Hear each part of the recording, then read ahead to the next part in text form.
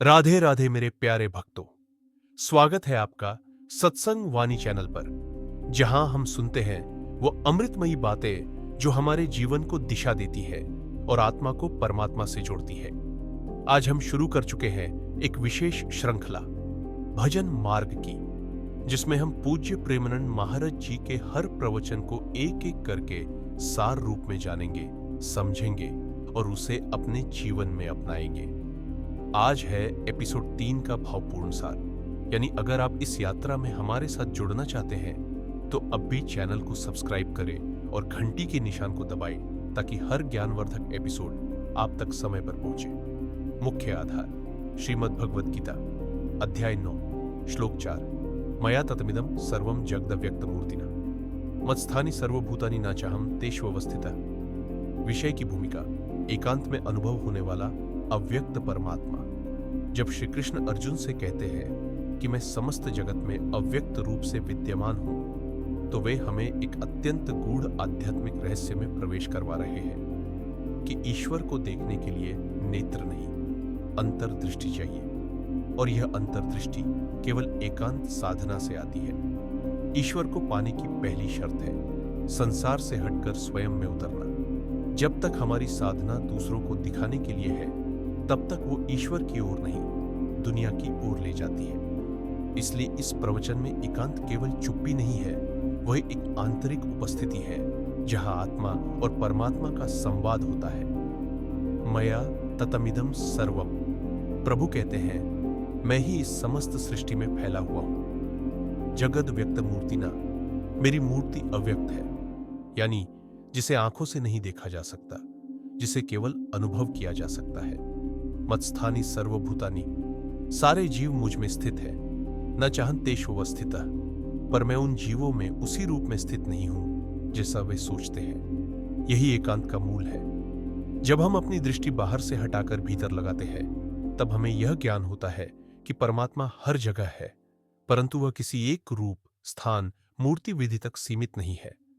एकांतिक साधना, दिखावे से दूरी, दिव्यता से निकटता। महाराज जी समझाते हैं कि हम जब भी प्रभु को किसी रूप, मूर्ति, स्थान या विधि में बांधते हैं, हम अव्यक्त को व्यक्त करने की कोशिश करते हैं। लेकिन ईश्वर तो अव्यक्त मूर्ति है।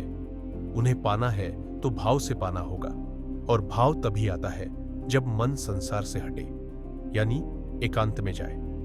कथा, एक साधक और शिष्य का संवाद। एक शिष्य ने अपने गुरु से पूछा, गुरुदेव, मैं हर दिन मंदिर में जाता हूं, पूजा करता हूं, आरती करता हूं, फिर भी प्रभु की अनुभूति नहीं होती। गुरु ने कहा, बेटा, अब अगले 7 दिन तुम कहीं बाहर मत जाओ, कोई पूजा मत करना, बस मौन रहो और अपने भीतर देखो। हर श्वास के साथ प्रभु को पुकारो और केवल सुनो। शिष्य ने ऐसा किया। पहले दिन बेचैनी हुई, दूसरे दिन ऊब, पर चौथे दिन जब उसका मन स्थिर हुआ, उसे पहली बार लगा कि कोई उसकी सांसों में बोल रहा है, मैं हूं तेरे भीतर। शिक्षा, जब मन एकांत में स्थिर होता है, तब हमें प्रभु की अव्यक्त उपस्थिति का अनुभव होता है। उदाहरण, ब्रह्मा जी की तपस्या। ब्रह्मा जी ने सृष्टि निर्माण से पहले 1000 वर्षों तक ध्यान किया। न कोई शब्द, न कोई शोर, न कोई निर्देश। फिर अंतर से शब्द आया, तप, हप, और वहीं से सृष्टि का ज्ञान मिला। यह भी एकांतिक वार्तालाप का आदिकालीन उदाहरण है। परमात्मा जब बोलते नहीं, तब भी वे मौन में संवाद करते हैं। महाराज जी का निर्देश कैसे लाए एकांत जीवन में? एक हर दिन 15 मिनट मौन ध्यान करें, बिना किसी मंत्र, बस श्वास के साथ मौन। 2 नाम जप करें, परंतु बिना गिनती, बिना समय बांधने के, केवल प्रेम से। 3 प्रकृति में बैठे, नदी, पेड़ या आकाश के नीचे, वहां ईश्वर बोलते हैं। 4, अपनी सोच और भावनाओं को डायरी में लिखे, ईश्वर उन्हीं शब्दों में उतरते हैं। भक्ति तब तक अधूरी है जब तक वह भीड़ में है।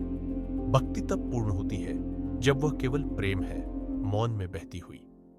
अगले भाग में आएगा तुलसीदास, मीरा, रैदास जैसे संतों की एकांत साधना की कहानियां।